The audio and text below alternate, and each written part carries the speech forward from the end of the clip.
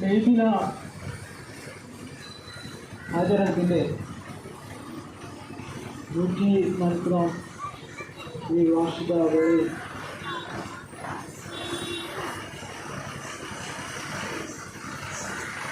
നമ്മുടെ രാജ്യത്തെ തൊഴിലാളി വർഗം ഇന്ന് അഭിമുഖീകരിച്ചുകൊണ്ടിരിക്കുന്നത് വളരെ അധികം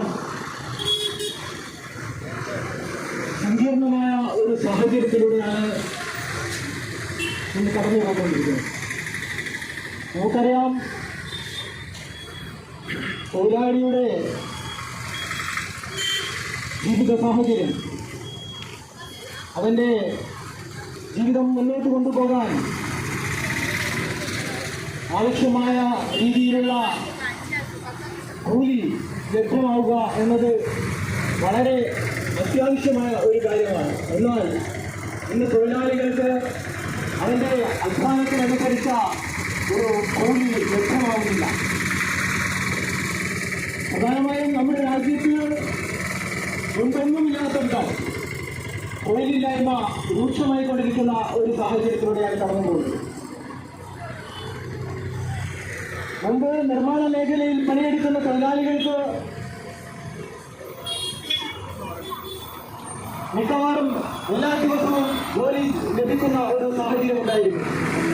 എന്നാൽ ഇക്കഴിഞ്ഞ 10 വർഷത്തിൻ്റെ എടുത്തു നോക്കിയാൽ വളരെ തുച്ഛമായ ജോലി ദിവസങ്ങൾ മാത്രമാണ് തൊഴിലാളികൾക്ക് ലഭിച്ചുകൊണ്ടിരിക്കുന്നത്. പ്രധാനമായും നിർമ്മാണ മേഖല ഒന്നാകെ കരാർ കോർപ്പറേറ്റുകൾ കൈയടക്കിയിരിക്കുന്ന ഒരു സാഹചര്യമാണ്. നമുക്കറിയാം, അതിഥി തൊഴിലാളികളെ വാടകയ്ക്ക് എടുത്തുകൊണ്ട് അവരുടെ കസ്റ്റഡിയിൽ വെച്ചുകൊണ്ട് ഈ തൊഴിലാളികളെ 10-12 മണിക്കൂർ ജോലിയെടുപ്പിക്കുന്ന ഒരു സാഹചര്യം. അവരുടെ അധ്വാനത്തിന് ആനുപാതികമായ കൂലി കൊടുക്കാതെ അവരെ ചൂഷണം ചെയ്തുകൊണ്ട് ലാഭമെടുക്കുന്ന കരാറുകാർ കേരളമെന്നും കാണാം. അതുകൊണ്ട് തന്നെ സാധാരണ മാന്യമായ രീതിയിൽ തൊഴിൽ ചെയ്ത് ജീവിച്ചുകൊണ്ടിരുന്ന സാധാരണ നിർമ്മാണ തൊഴിലാളികൾക്ക് ജോലി ലഭിക്കാതാവുകയും ഈ തൊഴിലാളികൾ പലപ്പോഴും വളരെ കുറഞ്ഞ കൂലിക്ക് ജോലിയെടുക്കേണ്ട അവസ്ഥയുണ്ടാകുന്നു. അഥവാ ജോലി ലഭിച്ചാൽ പോലും കൂടുതൽ സമയം അധ്വാനിക്കേണ്ടി വരുന്നതിനാൽ ആഴ്ചയിൽ 5 ദിവസം പോലും പൂർണ്ണമായും ഈ തൊഴിലാളിക്ക് പണിയെടുക്കാൻ കഴിയാത്ത ഒരവസ്ഥയാണ്. കഴിഞ്ഞ ദിവസം എൻ്റെ കൂടെ ജോലി ചെയ്തിരുന്ന തൊഴിലാളി ആ ആധിക്യം കൊണ്ട്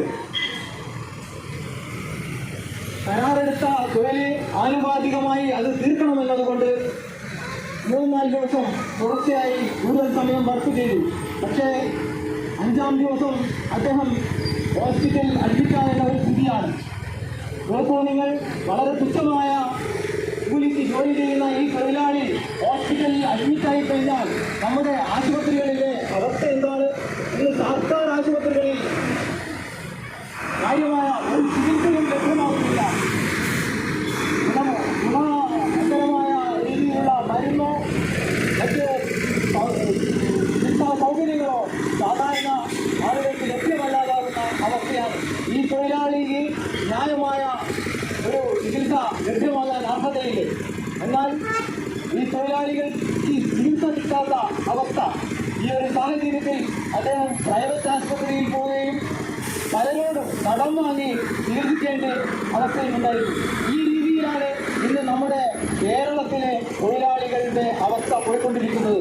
നമുക്കറിയാം, CITUവിനെ പോലുള്ള ഒരു തൊഴിലാളി യൂണിയൻ, പ്രബലമായ തൊഴിലാളി യൂണിയനുള്ള നമ്മുടെ കേരള സംസ്ഥാനത്ത് തൊഴിലാളികളുടെ എല്ലാ അവകാശങ്ങളും നിഷേധിക്കപ്പെടുകയാണ്. കേന്ദ്ര ഗവൺമെന്റ് നടപ്പാക്കുന്ന ലേബർ കോഡുകൾക്ക് അനുസൃതമായി ഇവിടെ തൊഴിൽ കോഡുകൾ രൂപീകരിക്കുകയും ഈസ് ഓഫ് ഡൂയിങ് എന്ന ബിസിനസ് എന്ന നയം ഇവിടെ നടപ്പാക്കുകയും ചെയ്യുകയാണ്. KSRTCയിൽ 12 മണിക്കൂർ വരെ വേരെടുപ്പിക്കുന്ന അവസ്ഥ ആരും ചോദ്യം ചെയ്യാനോ പറയാനോ ഇല്ലാത്ത ഒരു സാഹചര്യത്തിലൂടെയാണ് നമ്മുടെ നാട് പോയിക്കൊണ്ടിരിക്കുന്നത്. ഈ രീതിയിൽ കേന്ദ്രത്തിലും കേരളത്തിലും ഭരിക്കുന്ന സർക്കാർ തൊഴിലാളി ദ്രോഹകരമായ നയങ്ങൾ നടപ്പാക്കിക്കൊണ്ടിരിക്കുന്ന ഒരു സാഹചര്യത്തിലാണ് മെയ് ദിനം വീണ്ടും കടന്നുകൊണ്ടിരിക്കുന്നത്. ഈ സാഹചര്യത്തിൽ തൊഴിലാളികളുടെ അവകാശങ്ങൾ സംരക്ഷിക്കുന്നതിന് വേണ്ടിയുള്ള ഇത്തരം പോരാട്ടങ്ങൾ, നിരന്തരമായ പോരാട്ടം അനിവാര്യമായിരിക്കുന്ന ഒരു സാഹചര്യത്തിലാണ് ഓൾ ഇന്ത്യ UTUC ഇത്തരമൊരു റാലി ഇവിടെ സംഘടിപ്പിച്ചിരിക്കുന്നത്. ഈ റാലി ഉദ്ഘാടനം ചെയ്ത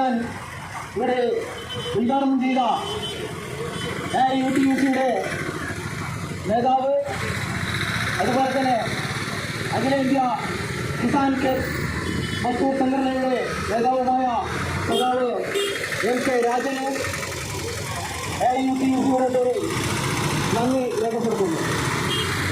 തുടർന്ന് ജനകീയ പ്രതിരോധ സമിതിയെ പ്രതിനിധീകരിച്ചുകൊണ്ട് ഇവിടെ സംസാരിച്ച സഖാവ് PK തോമസിന് UTUCയുടെ പേരിൽ നന്ദി രേഖപ്പെടുത്തുന്നു. ജോയിന്റ് പ്ലാറ്റ്ഫോം ഓഫ് ആക്ഷൻ കൗൺസിലിന്റെ പ്രതിനിധിയായി സംസാരിച്ച സഖാവ് VK ബാലകൃഷ്ണന് നന്ദി രേഖപ്പെടുത്തുകയാണ്. ഈ യോഗത്തിൽ അധ്യക്ഷം വഹിച്ച UTUCയുടെ സംസ്ഥാന കമ്മിറ്റി അംഗം സഖാവ് PM ശ്രീകുമാറിന് നന്ദി രേഖപ്പെടുത്തുന്നു. ഒപ്പം ഈ യോഗത്തിൽ പങ്കെടുത്ത മുഴുവൻ പ്രതിനിധികൾക്കും നന്ദി രേഖപ്പെടുത്തുന്നു. ഈ യോഗം വീക്ഷിച്ച മുഴുവൻ നല്ലവരായ നാട്ടുകാർക്കും UTUCയുടെ നന്ദി രേഖപ്പെടുത്തുകയാണ്.